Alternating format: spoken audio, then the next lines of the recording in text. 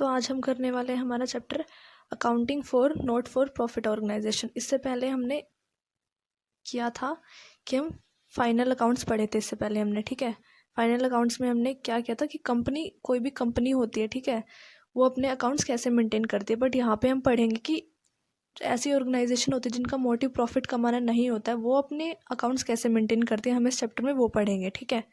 तो final accounts में हमने क्या किया था, हमने ट्रेडिंग अकाउंट किया था, प्रॉफिट एंड लॉस अकाउंट किया था और बैलेंस शीट पढ़ी थी। वैसे ही हम एनपीओ में भी हम 3 चीज़ ही पढ़ने वाले हैं।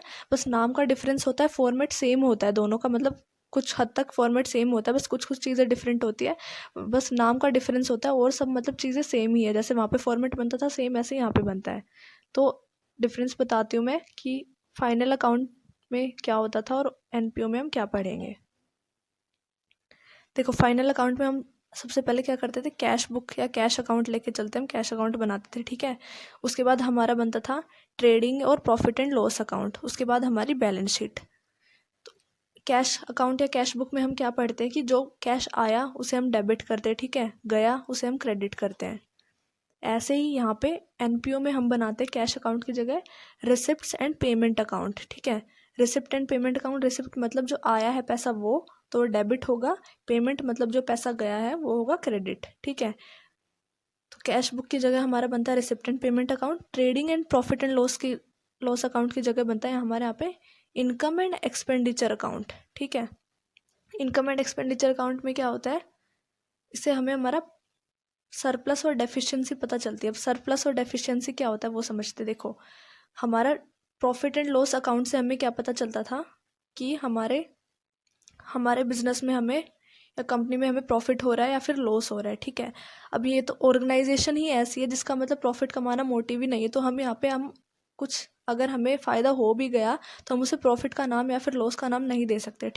तो उसे हम क्या कहते हैं, सरप्लस। अगर फ़ायदा हो रहा है तो मतलब एक तरह से प्रॉफिट ही है, बट हम उसे नाम नहीं दे सकते प्रॉफिट का, इसलिए हम उसे बोलते हैं सरप्लस। और अगर कुछ कमी है तो उसे बोलते हैं हम डेफिशिएंसी। सरप्लस और डेफिशिएंसी हम बोलते हैं। तो इनकम एंड एक्सपेंडिचर अकाउंट में क्या होता है, इससे हमें पता चलता है कि हमारे सरप्लस है या डेफिशिएंसी है। सरप्लस कब होगा, जब हमारी इनकम जो है वो एक्सपेंडिचर से ज़्यादा होगी।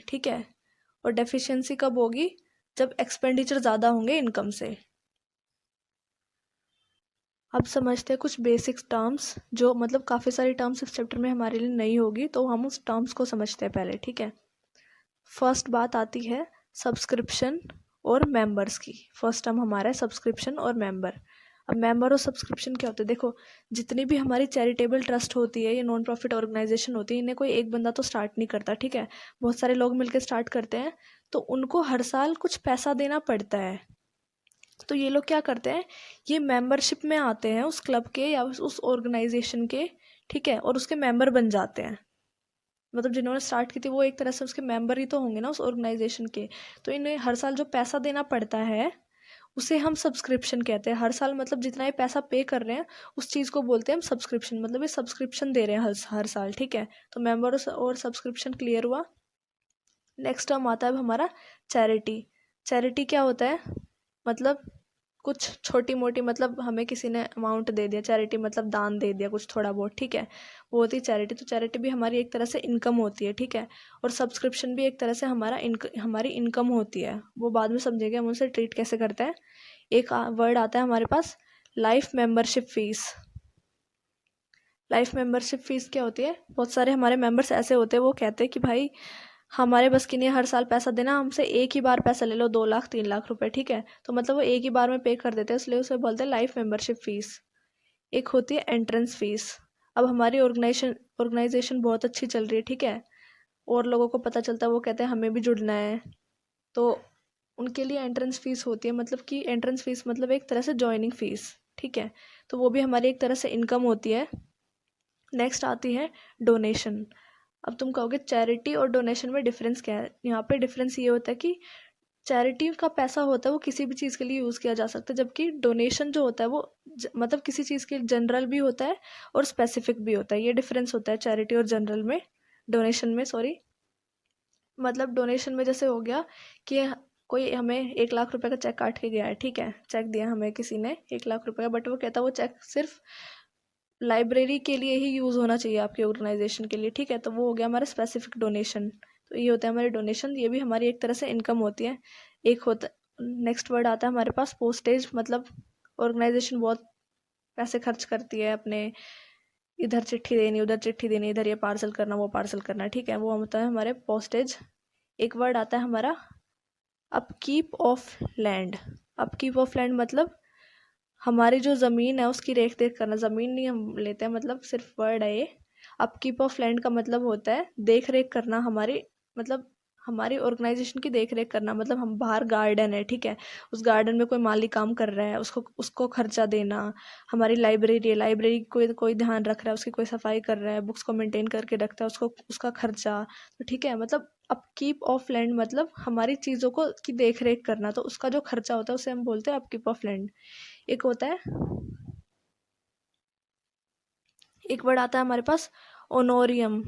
ओनोरियम का मतलब क्या होता है कि मतलब हमें किसी को ऑनर करने के लिए जो खर्चा देना पड़ता है उस खर्चे को हम ओनोरियम में डालते हैं, ठीक है।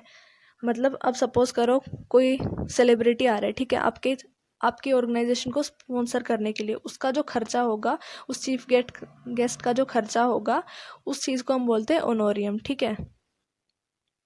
तो ये थे हमारे बेसिक टर्म्स, जितने भी थे, मतलब जितने भी मुझे समझ में आए मैंने बता दिए, इससे ज़्यादा कुछ नहीं आएगा इस चैप्टर में टर्म्स में। अब स्टार्ट करते हैं हम हमारे तीनों बैलेंस शीट का फॉर्मेट, इनकम एंड एक्सपेंडिचर और रिसिप्ट एंड पेमेंट का फॉर्मेट। ये हमें फॉर्मेट दे रखा है रिसिप्ट एंड पेमेंट का, कि मतलब जितने भी आइटम्स होते हैं वो कौन से डेबिट में आते हैं कौन से क्रेडिट में आते हैं, ये आप एक बार पढ़ लेना।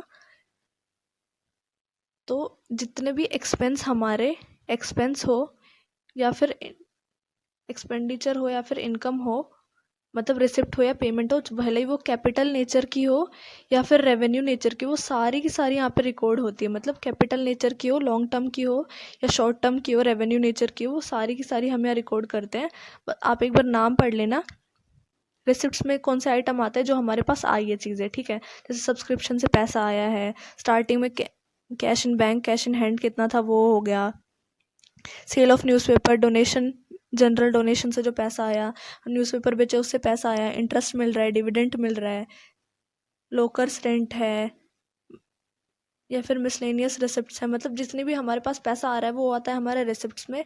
और पेमेंट में मतलब जितना भी हम खर्चा कर रहे हैं, रेंट दे रहे हैं, रेट्स एंड टैक्सेस दे रहे हैं, इंश्योरेंस का पैसा दे रहे हैं, स्टेशनरी पे कुछ कर रहे हैं एक्सपेंस हमारे, और एक्सपेंसेस हो गए, एडवर्टीजमेंट पे पैसा दे रहे हैं, ऑडिट फीस हो गई, एंटरटेनमेंट एक्सपेंसेस हो गए, मतलब जितने भी खर्चे, मतलब सेम कैश बुक का हमारा फॉर्मेट होता है, आ रहा है तो यहाँ, जा रहा है तो यहाँ, ठीक है।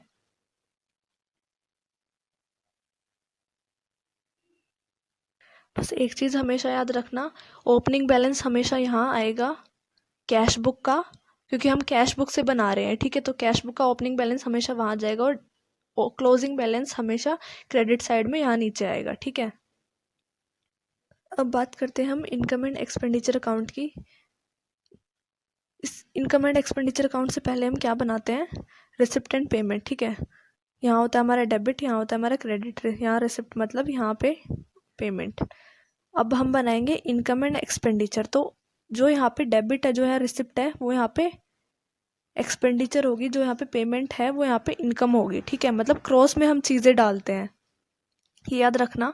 और क्या क्या चीज़ें नहीं डालते हैं, ये 3 चीज़ें होती है जो हम बस नहीं ऊपर से, मतलब इनकम एंड रिसिप्ट और पेमेंट से उठा के हम यहाँ इनकम एंड एक्सपेंडिचर में नहीं लाते हैं। Depreciation of fixed asset, provision for doubtful डेब्ट, और profit and loss on fix sale of fixed asset, ये 3 चीज़ें हम नहीं डालते, और सारी चीज़ें हमें क्रॉस में डालनी होती है, ठीक है। और एक चीज़ याद रखनी, 2 चीज़ें हमें यहाँ पे याद रखनी होती है, यहाँ पे सिर्फ रेवेन्यू नेचर के एक्सपेंसेस और इनकम हम रिकॉर्ड करते हैं, ठीक है। रेवेन्यू नेचर मतलब जो सिर्फ 1 साल के लिए छोटे मोटे एक्सपेंस है या फिर इनकम है, मतलब जो शॉर्ट टर्म के लिए होते हैं, मतलब जो करंट ईयर के लिए होते हैं, और करंट ईयर की चीज़ें हम हमेशा यहाँ पे डालते हैं, ना प्रीवियस ईयर की लेते हैं ना अगले साल की हम लेते हैं, ठीक है। ये 2 चीज़ें हमेशा याद रखनी है। और बस क्रॉस में आइटम्स डलते हैं जो वहाँ पे, मतलब वहाँ पे सब्सक्रिप्शन हमारा यहाँ होता था, डेबिट में होता था, यहाँ सब्सक्रिप्शन हमारा यहाँ है। एंट्री फीस, इन्वेस्टमेंट, मतलब जो भी चीज़ें, मतलब क्रॉस में चीज़ें डालनी है हमें, ठीक है, जितने भी आइटम्स होते हैं। और 3 आइटम होते हैं जो यहाँ पे नहीं डलते हैं, और रेवेन्यू नेचर के आइटम्स हमें हमेशा यहाँ पे डालने हैं। नेक्स्ट हम बात करते हैं बैलेंस शीट की। बैलेंस शीट हमेशा सेम ही होता है, बस एक चीज़ का डिफरेंस होता है बैलेंस शीट में। फाइनल अकाउंट में हमारा यहाँ वर्ड होता था लाइबिलिटी में कि कैपिटल, बट हमारा यहाँ पे हम कैपिटल नहीं लिखते, हम यहाँ लिखते हैं कैपिटल फंड, ठीक है। ये डिफरेंस होता है बस, और सारी चीज़ें सेम ही होती है। एक बार फिर से बैलेंस शीट का फॉर्मेट थोड़ा रिवाइज करते हैं हम। यहाँ लाइबिलिटी होता है अमाउंट, यहाँ एसेट, यहाँ हम हमारे आउटस्टैंडिंग एक्सपेंसेस लिखते हैं, ठीक है। यहाँ एडवांस इनकम आती है हमारी, और कैपिटल फंड आता है, ठीक है। सरप्लस हो गया, डेफिशिएंसी होगी वो आ जाएगी। यहाँ पे हमारे आउटस्टैंडिंग इनकम होती है और प्रीपेड एक्सपेंसेस आते हैं, ठीक है। और जो भी फिक्स्ड एसेट हो गए, ठीक है, डेप्रिसिएशन हो गया उन पे, वो सारी चीज़ें हमारी यहाँ आती है। तो इसी के साथ हमारे चैप्टर ख़त्म होता है। इसमें बस 3 ही चीज़ें हमें पढ़नी थी, income and expenditure account, next उससे पहले हमने रिसिप्ट एंड पेमेंट किया, और अब बैलेंस शीट। बस ये 3 चीज़ें हमें पढ़नी होती है।